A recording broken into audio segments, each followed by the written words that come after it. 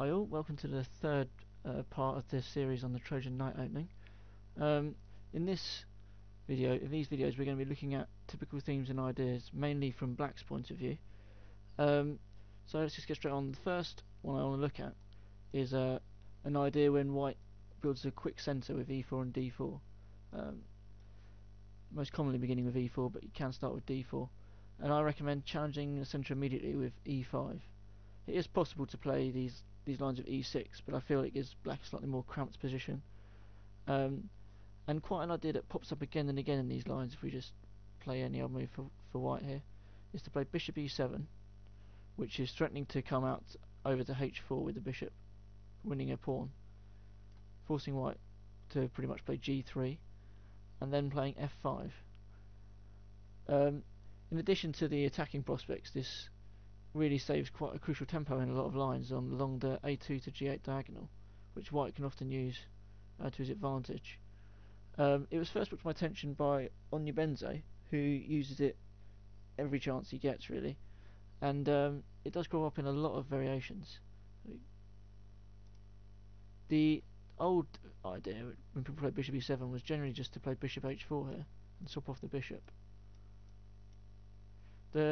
I mean, this isn't such a bad plan, with the knight I suppose can develop onto e7, but certainly it's a lot more aggressive, this f5 move. If we just look at it in another line as well, in the more popular lines with knight a3, again bishop e7 comes in,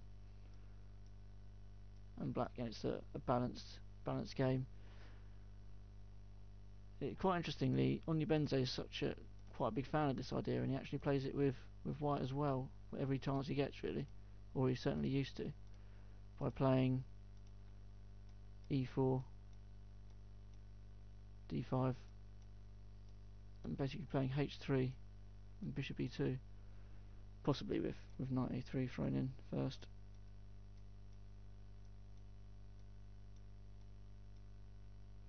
So I think that's quite a good advert for the idea, really. Definitely worth playing, and quite difficult to play against. The second idea I want to look at is quite a standard queen sacrifice, which is very important because one of the most obvious moves for White in our recommended main line with knight c6 is for White to simply play knight d5 straight away. Now, at first sight, it actually looks quite a dangerous move. It's like, what can Black do, really? Obvious move is queen h4, g3, and what next? Because White's got this really powerful knight. In the early days of this line, I think knight d4 is the most popular move, but there are actually some problems with this we might go into in the theory section later on. And if this was the best move that Black had, I think this knight c6 move would not be nearly as appealing as it is. The answer to this knight d5 is to play queen c4, sacrificing the queen. White's pretty much forced to take this, and then Black gets so much compensation with knight e5. You're coming into all these squares, f3, c4, g4, and well, I think Black's in really good shape here. It's actually quite a common idea now, this queen c4. It appears in a few other openings as well. And it's quite important in this line, particularly, because if White tries to delay knight d5 with one common move is b4, Black can simply play something like a5, leaving the option for knight d5 open, because as soon as White does it again, Black comes in with this manoeuvre.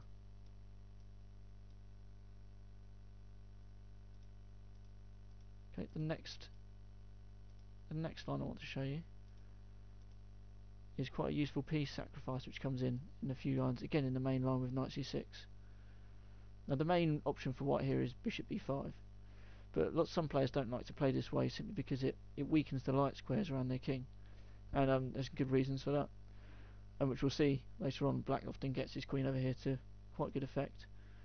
So one line is b4, which we just saw briefly there, in which case Black has quite a lot of good options here. a5 we've already mentioned, because knight d5 is no longer a threat. d5 is also quite sensible, but another option is knight d4, sacrificing a piece. It might look a little bit strange, but it's a very interesting idea, this knight d4. If white takes it, possibly the best move is queen h5. Again, we'll go into that in the theory section later on. But e takes d4, and now black has knight f6, which is a very strong move. If white grabs the material, queen e7 just wins on the spot. So white's got to somehow deal with the threat of knight e4. I think knight g6 is really the only reasonable move here. And then black played bishop c5, putting another piece on pre, but opening up the threat on f2, d4. And now black can get really good play with either knight e4 or knight g4.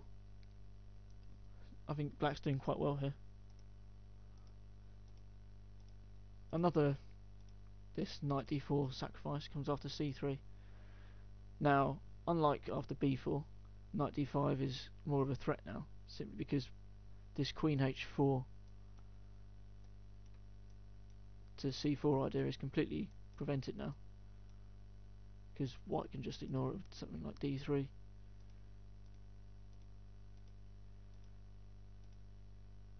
Therefore, this knight d4 idea is a lot more important in this line. If white takes it with the e-pawn as before, knight f6 again, very strong move. So more critical is c takes d4, and then we can play like this with d5. And white is a piece for a pawn up, which is quite a small material advantage. But black has a much freer and easier position here. Just to show knight h5 is not actually possible because of queen h4 to d4 and to take on d3. Quite an important tactic here, and black's doing very well.